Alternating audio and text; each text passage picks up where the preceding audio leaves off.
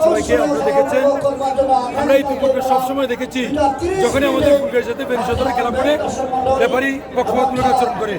আমি আমার উপজেলা বিএনপির সদস্য সচিব আমরা ফেনী জেলা ক্রীড়া সংস্থাকে আমরা অনুরোধ করেছিলাম ব্যাপারটা চেঞ্জ করার জন্য, কিন্তু আমরা দেখেছি চেঞ্জ করার পরও ফেনী সদর থেকে যেভাবে রেফারিকে বাইশ করা হয়েছে। আমাদের প্রথমে দক্ষিণ পাশে আমরা যখন ছিলাম আমাদেরকে ক্লায়েন্ট বল ভিতরে হাতে রাখছি। এরপর আপনারা দেখেছেন একেবারে খেলার শেষার্ধে আমরা দেখেছি আমাদের যখন ছিলাম তখন আমাদেরকে প্লান্টি তারপরে পুরা 70 মিনিট খেলার মধ্যে আপনারা দেখেছেন আমাদের প্লেয়ারদের মধ্যে অসংখ্য তারা ক্রস পেরেছে, কিন্তু আমরা যখন গায়ে ধাক্কা খাই তখন আমাদেরকে প্লান্টিতে আমাদেরকে ফাউল দেয়।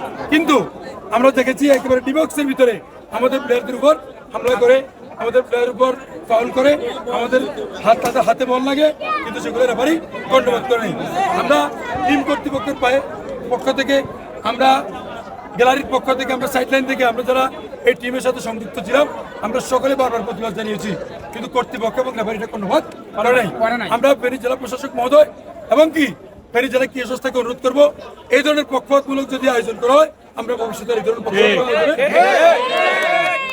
আমরা ফুলগাঁই থেকে আজকে ক্লিয়ার কাট জানিয়ে দিচ্ছি। আমরা আজকে 12-14-15 বছর আমরা দেখে আসছি যখনই ফুলগাঁয়ের সাথে ফেনী সদরে খেলা পড়ে তখনই তারা পক্ষপাতমূলক আচরণ করে। এবার লাস্ট আমরা আজকে মেনে নিয়েছি যদি অদূর ভবিষ্যতে এই ধরনের পক্ষপাতমূলক আচরণ এই ক্রীড়া সংস্থা করে, এই ফেনী স্টেডিয়াম কর্তৃপক্ষ করে, আমরা ভবিষ্যতে ফেনী সদরের সাথে কোনো খেলা লিখিত অভিযোগ জানাবো। আরেকটা জিনিস দেখেছেন, আমরা 35 মিনিট খেলার পরে আমরা কিন্তু টাইম ধরে বসেছিলাম এবং কি আমাদেরকে লস টাইমটা দেওয়া হয়।